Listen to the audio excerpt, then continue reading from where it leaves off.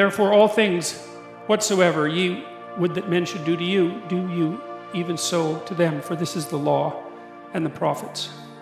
And that's a reciprocity issue, right? It's like, well, imagine what would be, this is another thing I learned from Jung, because Jung reversed this, because this is often read, it's the golden rule.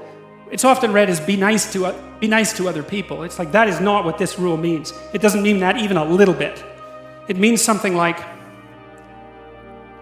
and we'll reverse it so that we'll concentrate on you rather than the other person to begin with. It means something like, conceptualize how things could be great if they were great for you, if you were taking care of yourself, and then work to make that the case for everyone else. You know, you see that in Buddhism, because Buddha reached nirvana, right? That's the theory. And then he was tempted with the offer to stay there.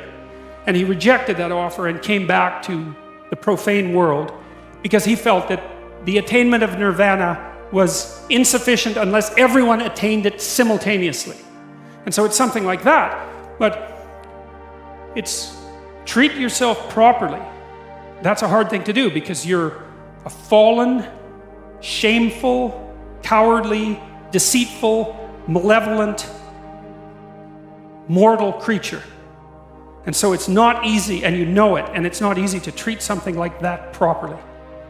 And it isn't obvious that people treat themselves better than they treat other people. I don't think that's obvious at all. But maybe you could start with yourself and think, okay, I'm going to take care of myself as if I have value.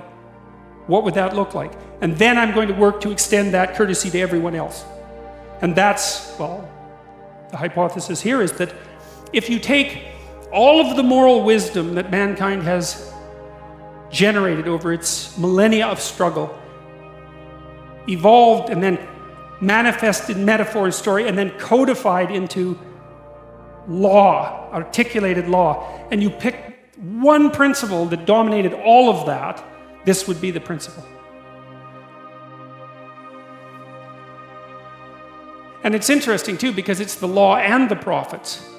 And the law is the rules, but the prophets are the process by which the rules are being updated, right? And so the prophets are superordinate in some sense to the law. And the proposition that's set forth in this particular statement is that this maxim, which is optimize your own mode of being and then work to do the same for everyone around you, is not only the thing that's at the core of the law, but it's at the core of the process that generates and updates the law.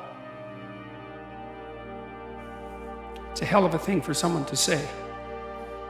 Enter ye in at the narrow gate, because that's what straight means. Enter ye in at the straight gate, for wide is the gate and broad is the way that leadeth to destruction. Well, who in the world could possibly argue with that?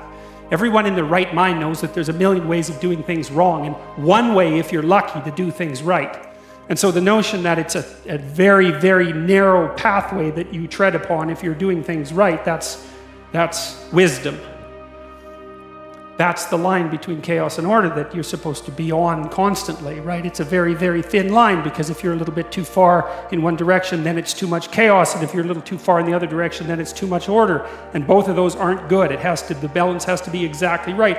And you can feel that, and I truly believe you can feel that, and I think it's your deepest instinct. It's your deepest instinct, and I mean that biologically. I don't mean that metaphorically.